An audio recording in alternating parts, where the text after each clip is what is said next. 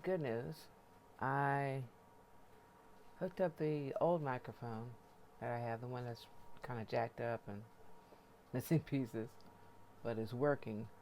That's all that really matters right now, is that I have a decent microphone so I can have some good audio.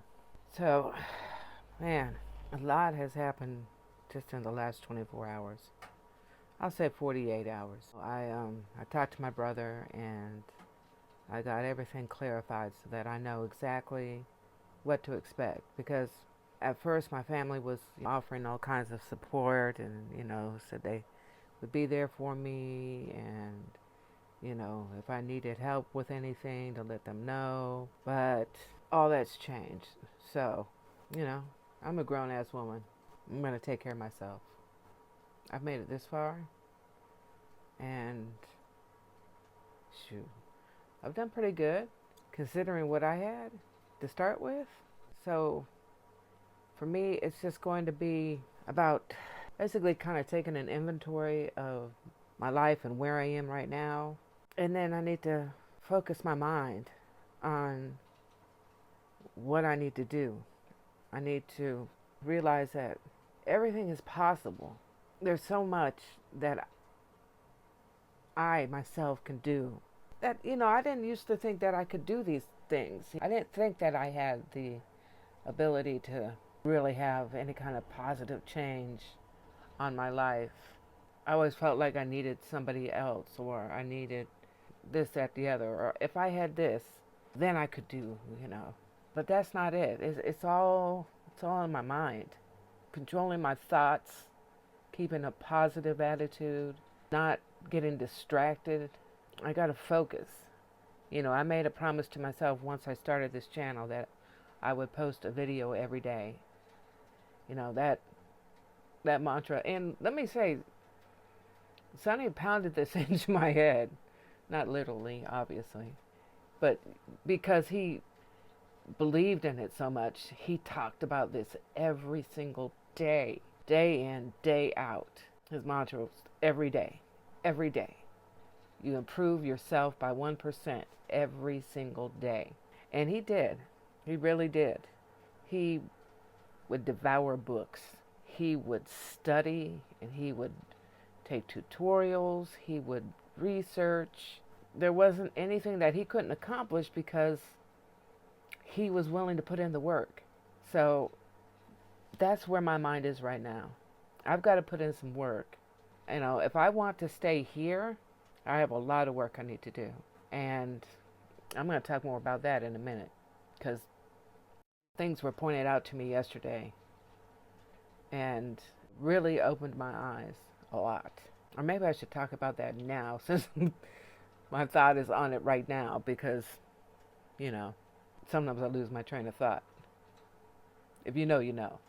Okay. Yeah. When I went to that Christmas dinner, and after everybody had left, so Franscios sat down with me and really had a serious talk with me.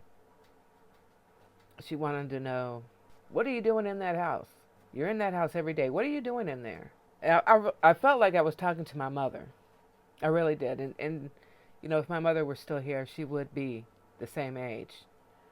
So that was kind of a cool vibe. And at the same time, it was like, whoa, what the hell? But no, I really felt like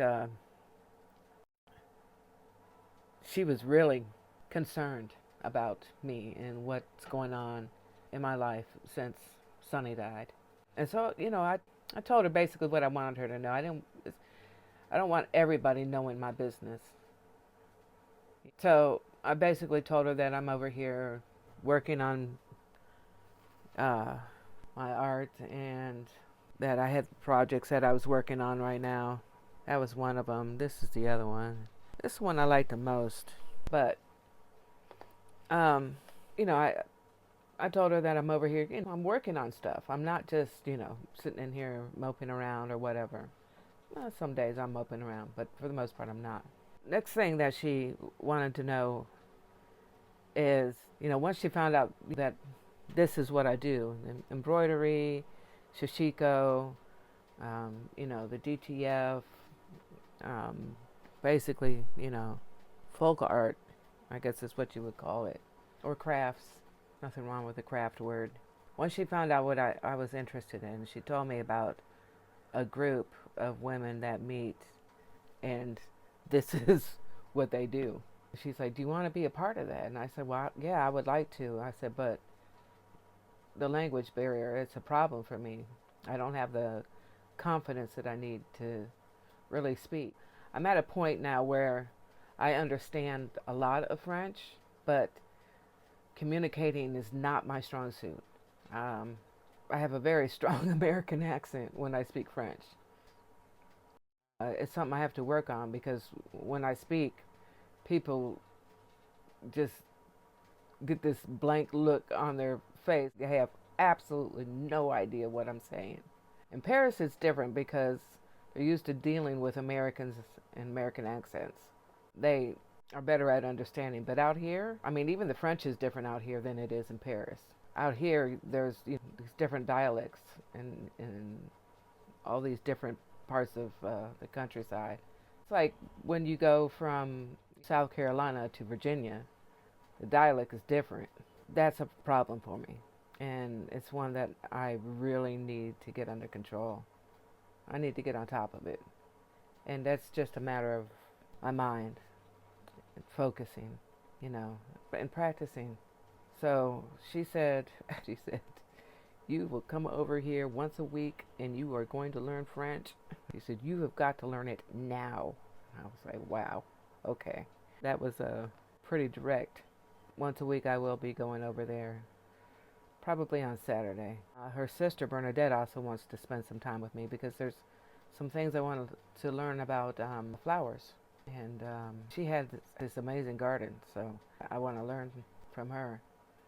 So that's on the list. Man, the other thing she was talking to me about was that I need to take seriously, where I am right now in life and where I want to be in the future. Do I want to get married again? Do I want to stay single?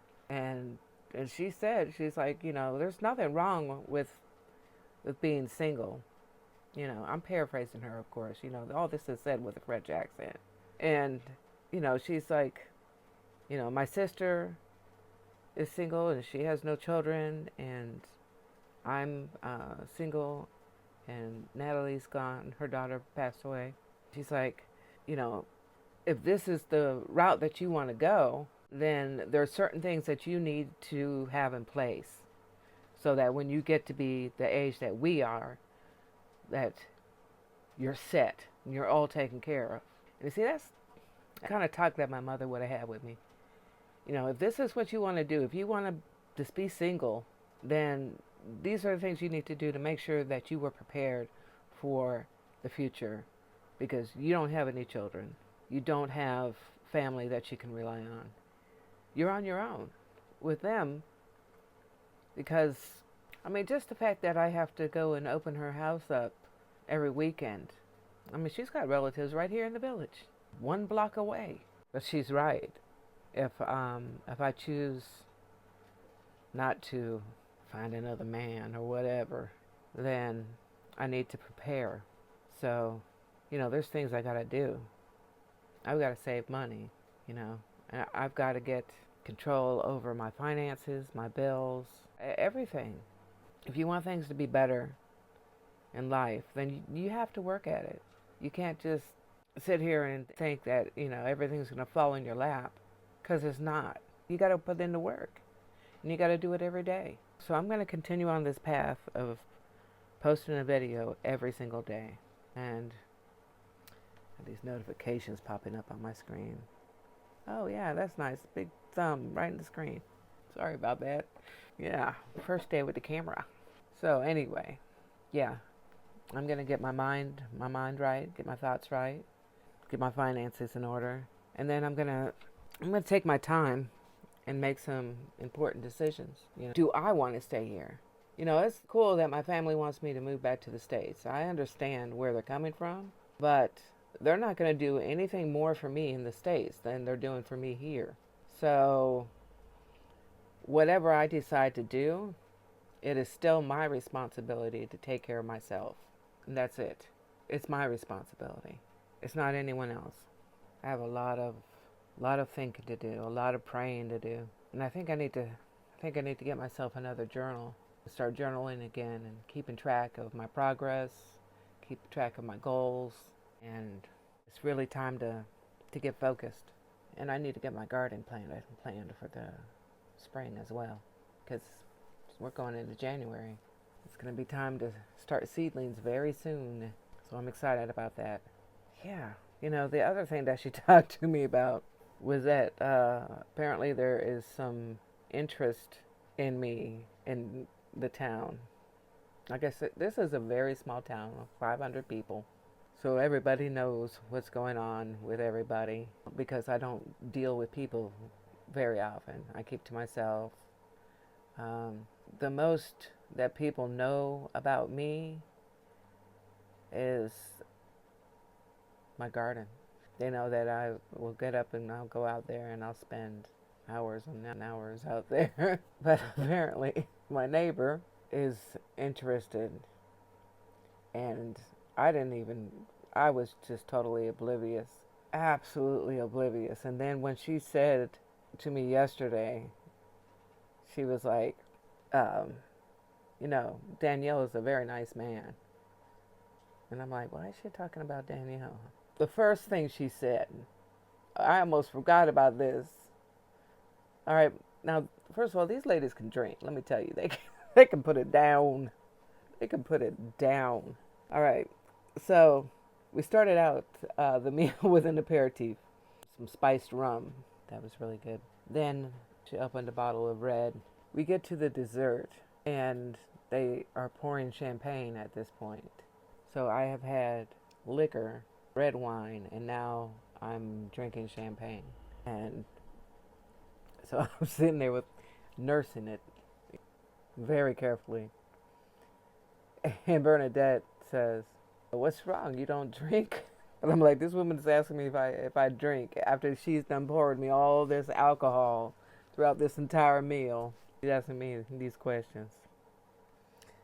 So, yeah, um, I'm drinking this, and she says, "Don't worry. If you get too drunk, we'll have Danielle come and tuck you in." Really. I ignored it at first, but then it kept on. Danielle is so nice. Whenever I need him to do something, he does it. He's just really nice. If he's able to do something, he'll do it. He comes in my house, and he'll, like when I'm at the hospital, and he'll let my dog out in the backyard and make sure that he gets some fresh air. And my dog gets loose, he'll run all over the village to find it and bring it back. Danielle's a very nice man. And then I started thinking about it on my way home, which of course is not very far, and I started thinking about it because who was standing out there was Danielle. And then it hit me, and I'm like, I have been seeing an awful lot of this dude lately. Like every time I come out the house, he's out here in the back. And he's not, that's not a normal thing. He's not, So this morning, when I took Waffles out, he was back there with his dog. And that's not where he walks his dog. He has, everybody has their own place that they take their dogs. I like to take my Waffles to my garden. But first thing in the morning, when I'm still kind of waking up, I'll take him right behind the house, let him do his business. And then we come back in and start our day. A little kibble, a little water, half a cookie, and he's good to go.